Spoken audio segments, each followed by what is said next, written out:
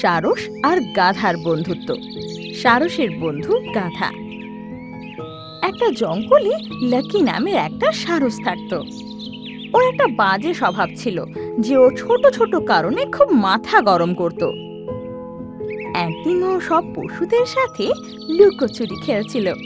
বাঁদর নিজের চোখের ওপর হাত রেখে 10 অব্দি গুনতে লাগলো।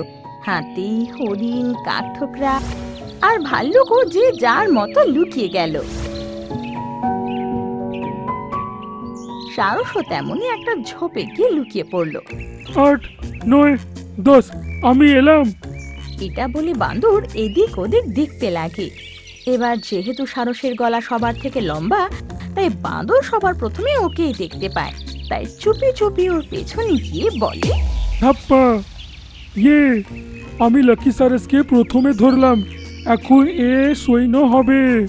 তো সব পশুরা তালি মারতে মারতে বেরিয়ে আসে। এটা দেখে সারসের মুখ রাগে ফুলে যায়। তোমরা প্রতিবার এটাই করো। আরে সারস, তুমি রেগে যাচ্ছ কেন? তোমরা সবাই সবসময় আমাকেই আগে ধরো, যাতে আমায় সবসময় প্রথমে সৈন্য হতে হয়। তা নয় বন্ধু, আসলে তোমার ভুল। তোমার ঘাটটা অনেক উঁচু আর সবসময় ছোট জায়গায় লুকাও, তার জন্যে তুমি ধরা পড়ো। এমন কিছু না, আমার থেকে বড় তো রামু হাতি, ও তো ধরা পড়ে না। আমিও কখনো কখনো ধরা পড়ে যাই, এতে রাগারাগি করার কি আছে? আমি এখান থেকে চললাম, তোমাদের সাথে কোনো বন্ধুত্ব রাখবো না। আর এটা বলে সারস রাগ করে মুখ ঘুরিয়ে চলে যায়। অনেকক্ষণ হাঁটার পর সারস একটা বিশাল বট গাছের নিচে বসে পড়ে। বসে বসে কিছু সময় কাটিয়েছিল, তখনই সেখানে একটা গাধা আসে। আরে, এই আমি কি দেখছি রে? এত বড় ঘাড় থাকা মুরগি? আমি উঁচু ঘাড়ওয়ালা ও মুরগি নই, আমি লাকি সারস। আমরা এরকমই দেখতে হই। ও তাই বুঝি, আমি তো ভয় পেয়ে গেছিলাম। আচ্ছা, আমি হলাম র্যাঞ্চো, একটা গাধা, আর গাধাদের মাথায় শিং হয় না। হ্যাঁ, সেটা আমিও জানি। আমি তো এই জন্য বললাম, যাতে তুমি এটা না ভেবে বসো যে শিং ছাড়া বলদ কি করে হলো। ওর কথা শুনে সারস হাসতে লাগে আর বলে, হ্যাঁ, তুমি তো অনেক ঠাট্টা করো। আমি তোমার মতনই একটা বন্ধু চাইছিলাম। সত্যি, আমিও খুব একা। তোমার সাথে বন্ধুত্ব করে আমারও খুব ভালো লাগবে। তখন দুজনের মধ্যে দারুণ বন্ধুত্ব হয়ে যায় আর তারা প্রচুর গল্প করে। এখন সারস তার পুরনো বন্ধুদের ভুলে যায় আর সারাক্ষণ ওর সময় কাটাতে লাগে। একদিন গাধা আকাশে এত তারা দেখে ঢেঁচু ঢেঁচু করতে লাগে, আর ওর গান সারসের কান ফাটিয়ে দিচ্ছিল। আর যেহেতু ওর একমাত্র বন্ধু, তাই ও কিচ্ছু বলে না। আরে সারস, আমি এত ভালো গান গাইছি, তুমি তো চুপ আছো। আমার কোনো প্রশংসা করছো না, একটু করে দাও। হ্যাঁ হ্যাঁ, খুব মিষ্টি গলা তোমার, খুব ভালো গান গাও। সারসের মুখ থেকে ওর প্রশংসা শুনে গাধা আরো জোরে ঢেঁচু ঢেঁচু করতে লাগে, আর ইচ্ছে ছাড়াও সারস ওর প্রশংসা করতে লাগে। এখন রোজ রাতে ঠিক একই জিনিস ঘটতে লাগে। প্রতি রাতে গাধা এখন ঢিঁচু ঢিঁচু করতে লাগে আর সারসকে ওর গান শুনতে হয়।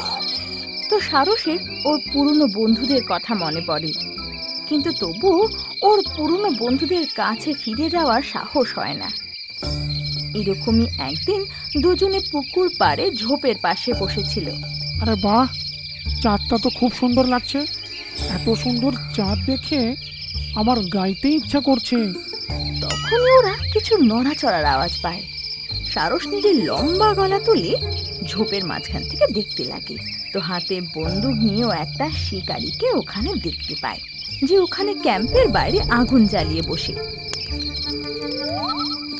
রেঞ্চো, আমাদের শিগগিরই এখান থেকে চলে যাওয়া উচিত, এখানে শিকারী আছে। না, আমি এখন কোথাও যাব না, আমার এখন গান গাইবার সময় হয়ে গেছে।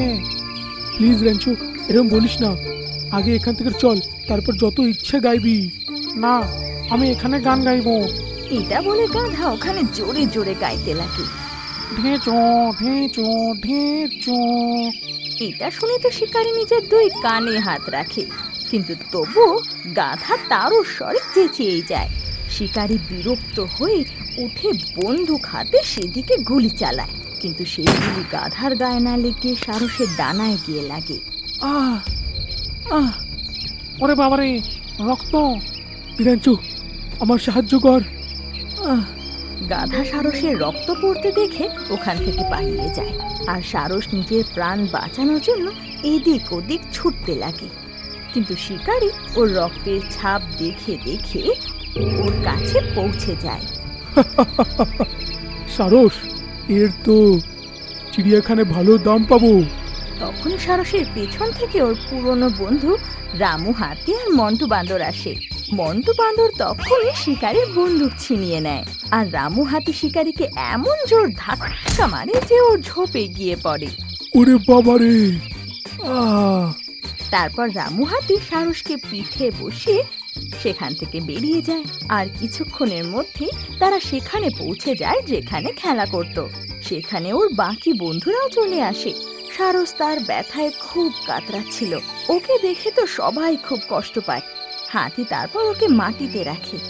উডপেকার, এর গুলি লেগেছে, শিগগিরই কিছু করো।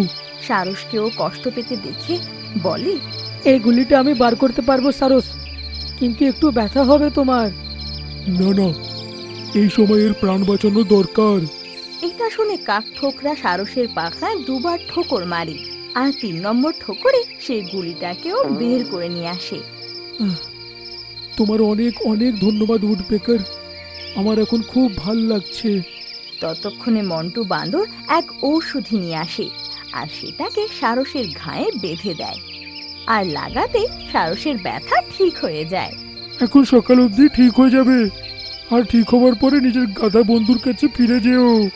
আমায় ক্ষমা করে দাও বন্ধুরা, আমার স্বভাবের কারণে আমি তোমাদের বন্ধুত্বটাকে বুঝলামই না।